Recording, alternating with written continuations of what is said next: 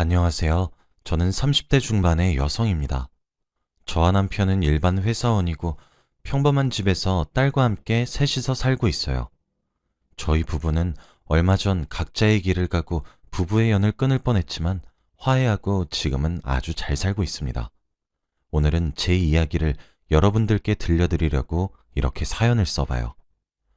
저는 어렸을 적 엄마와 여동생, 그리고 저, 이렇게 셋이서 살았습니다. 아빠는 공장에서 일을 하다가 사고가 나셔서 일찍 돌아가셨고, 저희는 한순간에 집안의 가장을 잃게 되었죠. 아빠 혼자 일을 하셔서 저희 집의 생계를 유지하고 계셨기에 아빠의 죽음은 저희 집에 가난을 불러일으켰습니다. 학생이었던 저희는 어쩔 수 없이 일을 하지 못했고, 엄마가 일을 해야 했죠. 엄마는 아빠의 죽음을 슬퍼할 틈도 없이 열심히 일을 했지만, 여자 혼자 딸이 둘이나 있는 집을 꾸려나가기엔 벅찼어요.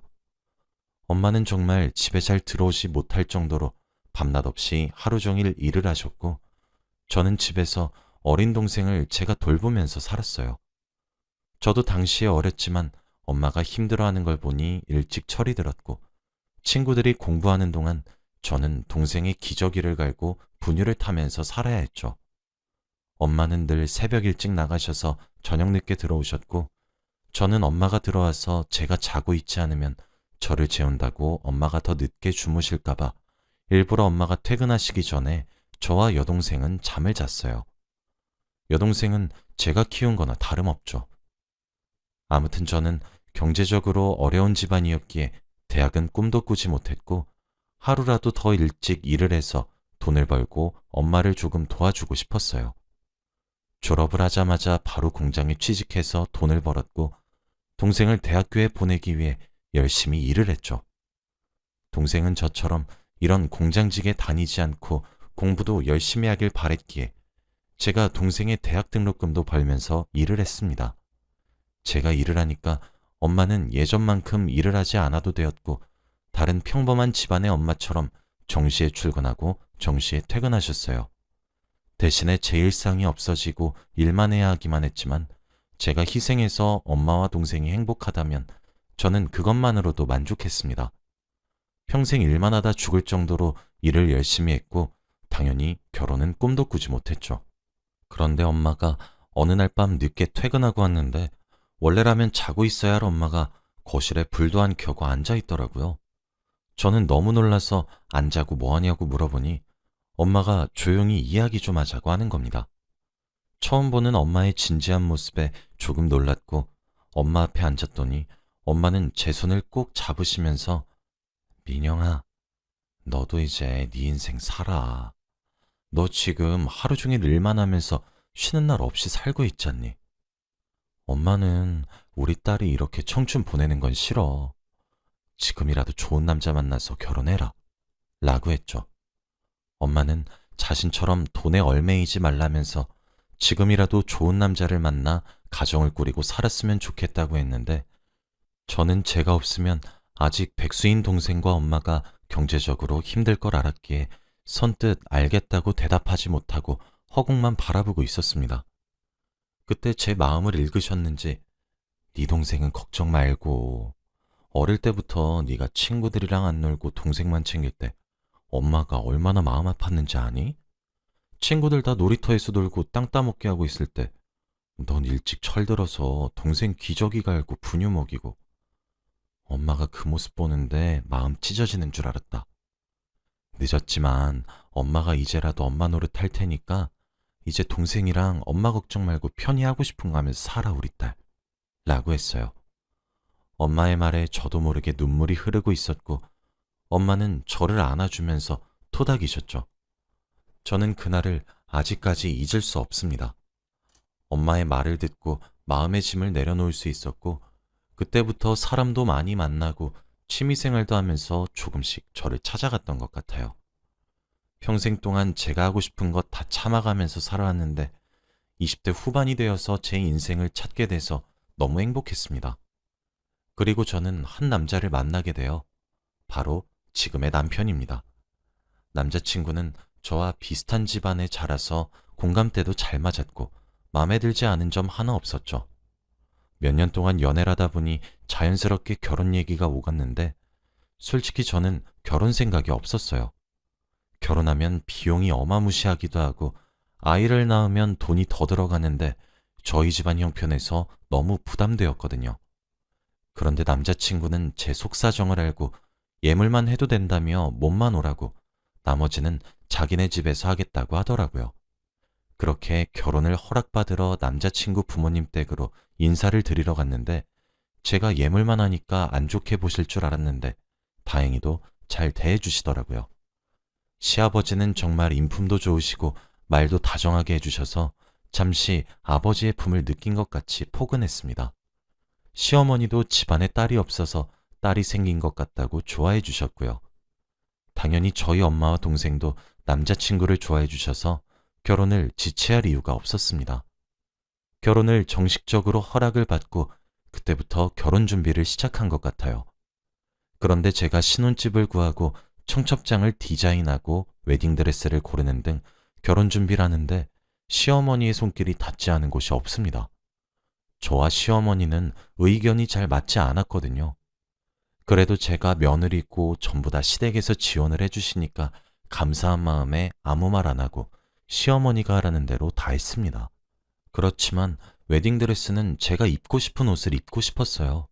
일생에서 단 한 번 입으니까요. 그런데 웨딩드레스도 결국 시어머니의 고집을 꺾을 수 없었습니다.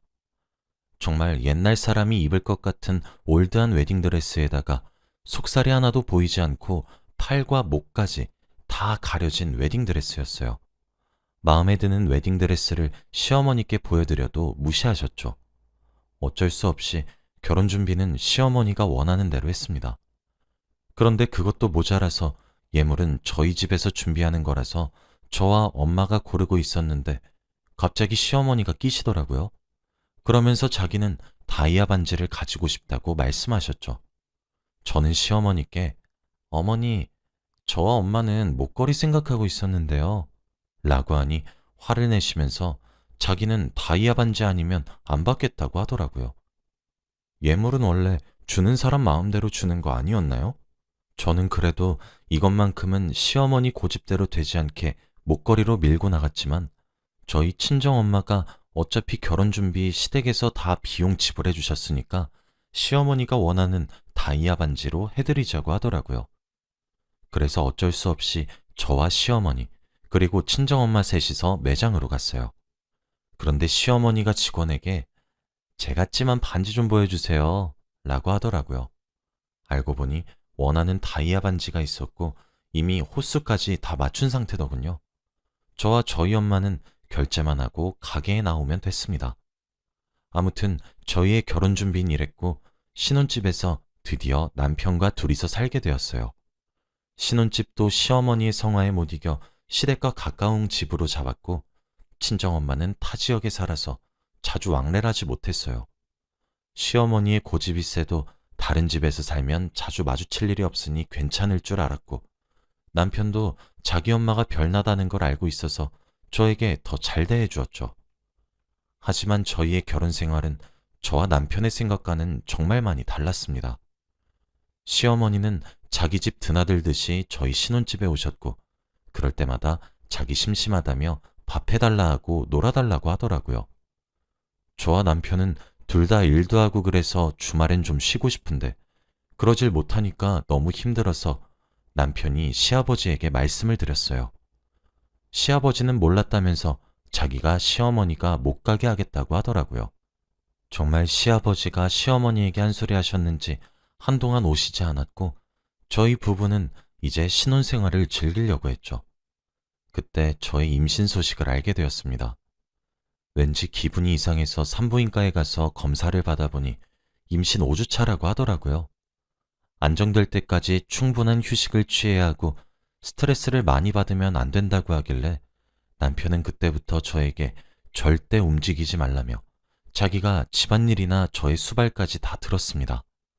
그리고 양가 부모님들에게도 임신 소식을 전하니 다들 너무 좋아하시더라고요. 그리고 시어머니는 좋아하시면서 은근슬쩍 다시 저희 집에 드나들기 시작하셨습니다. 집에 오니 저 대신 남편이 주방에서 일을 하고 있는 게 보기 싫으셨는지 은근히 저에게 난 우리 아들이 해주는 된장찌개보다 며느리가 해준 된장찌개가 더 맛있는데 며느리가 만들어주면 안 될까? 하며 눈치를 주시더라고요. 처음에는 모른 체 하고 몇 번 만들어달라는 음식 만들어드렸지만 제가 배가 점점 불러오고 몸을 가누기도 힘들 때까지 집에 오셔서 이거 해달라 저거 해달라 하시니까 너무 속상했습니다.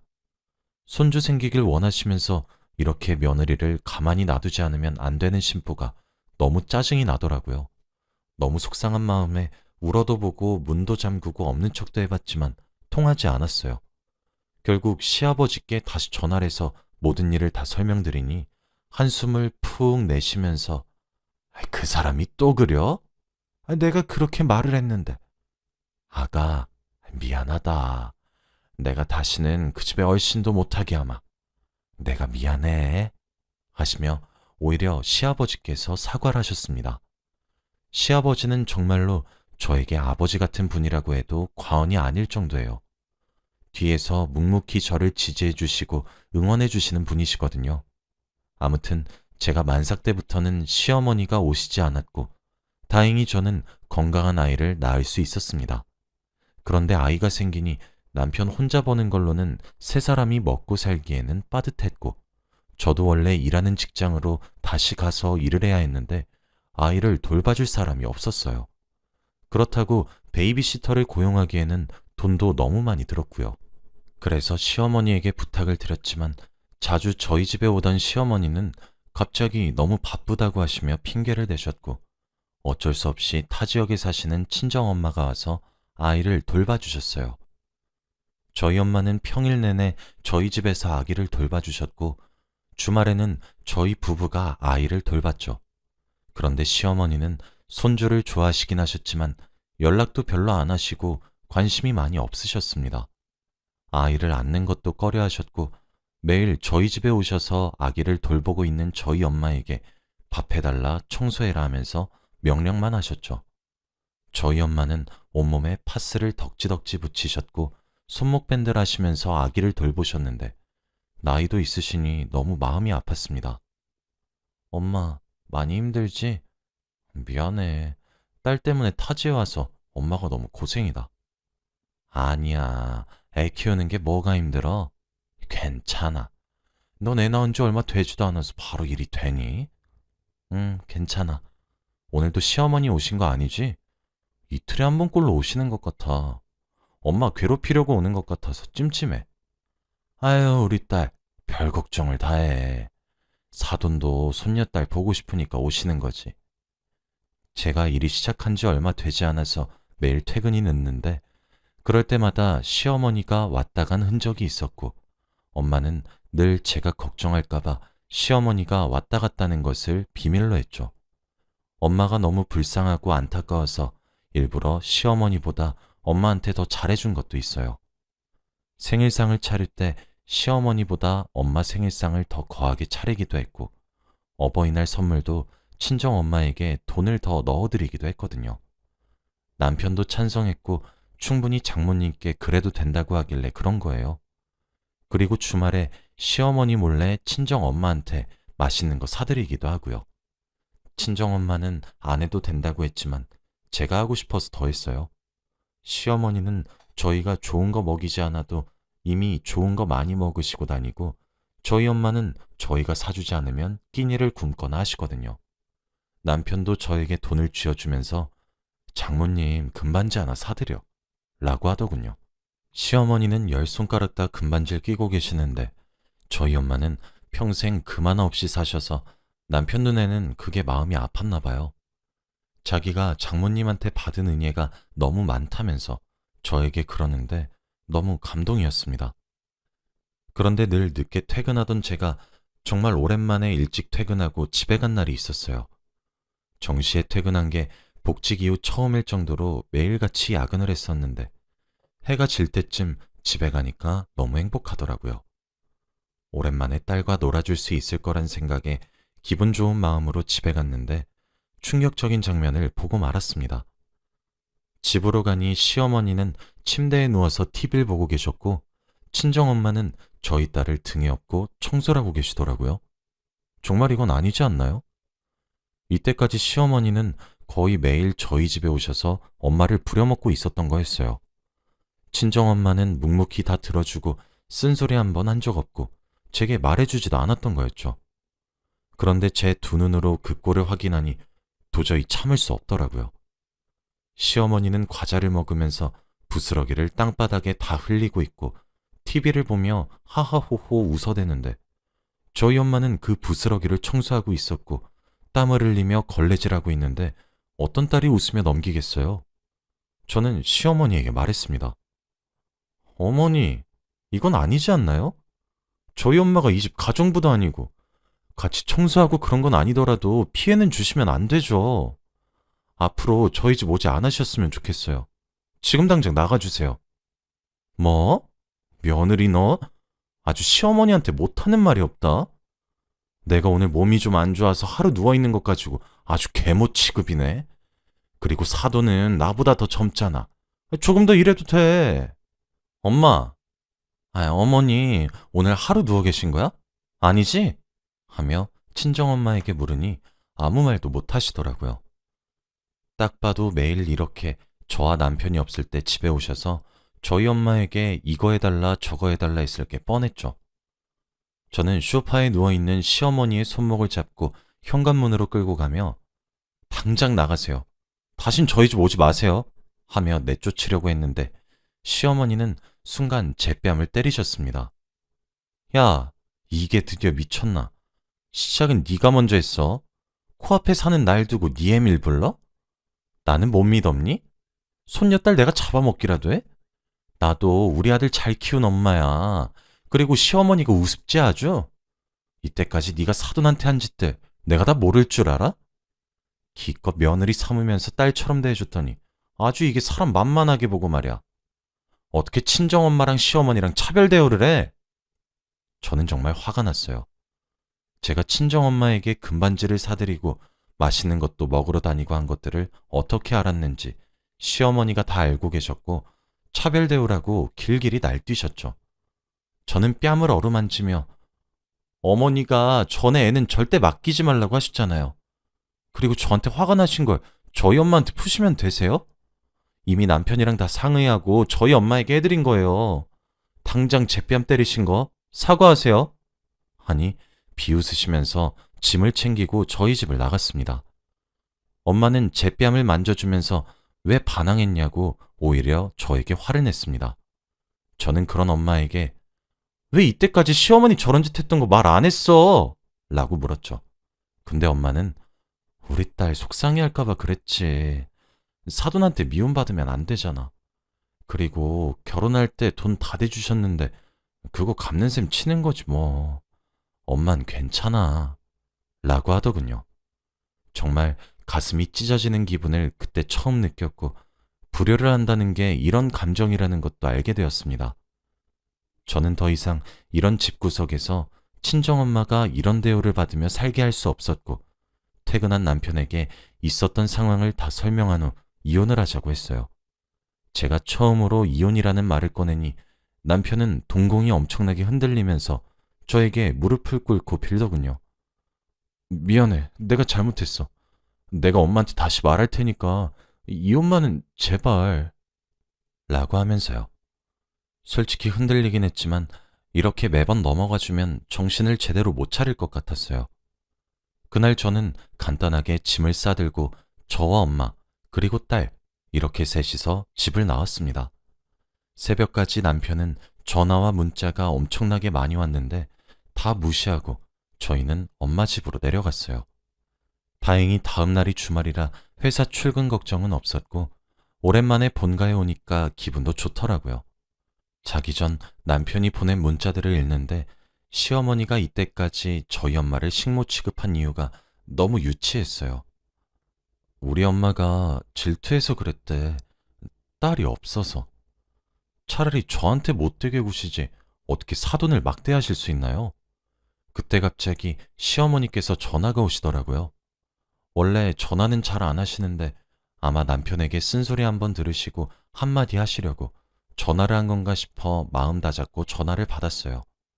역시나 저에게 사과는커녕 소리를 지르셨어요. 네가 나한테 잘했으면 애초부터 이런 일 없었다. 다 네가 자초한 일이야. 라고 말이에요. 그때 갑자기 옆에서 시아버지가 듣고 계셨는지 시어머니의 휴대폰을 뺐으며 전화를 바꾸시더라고요. 아가, 미안하다. 지금 이 사람이 제정신이 아닌 것 같아. 내가 대신 사과할 테니 제발 집으로 돌아오면 안 되겠니? 내가 이렇게 간절히 부탁하마. 라고 말씀하셨죠. 아빠 같은 시아버지께서 이렇게 간곡히 부탁하시니 거절할 수도 없어 아무런 대꾸도 하지 않고 있었어요. 시아버지는 옆에서 얼른 며느리한테 사과하라고 언성을 높이시며 시어머니에게 화를 내셨죠. 결국 시어머니는 저에게 진심이 하나도 담기지 않은 사과를 하셨어요. 아가, 미안하다. 다신 안 그럴게. 앞으로 절대 너희 집에 가지 않을게. 친정엄마도 제 옆에서 통화 내용을 들으시고는 그냥 용서하라고 했고 마음에 내키진 않았지만 그래도 저보다 어른이시니 시어머니의 사과를 받았습니다. 다음날 차를 직접 끌고 본가 앞으로 와준 남편의 차를 타고 딸과 함께 집으로 갔어요. 엄마가 이렇게 힘들게 딸을 키우는 것보다는 그냥 돈 없어도 가사 도우미 구하는 게 좋을 것 같아서 그렇게 하기로 했습니다. 그런데 정말 신기하게도 시어머니는 오시지 않으세요. 가끔 안부 전화만 남편에게 하시지 저희 집에는 일절 오시지 않으십니다. 어차피 와봤자 저희 엄마도 없으니까 올 필요도 없겠죠. 저와 남편은 이제부터 양가 부모님께 공평하게 용돈 드리고 선물도 드리고 하고 있어요. 저도 지금에서야 시어머니에게 딸 같은 며느리가 되려고 노력 중입니다. 여러분들도 혹시 이런 일이 있으신가요? 그러면 피하지 마시고 할 말은 꼭 다 하시길 바랄게요. 제 이야기는 여기까지입니다. 들어주셔서 감사합니다.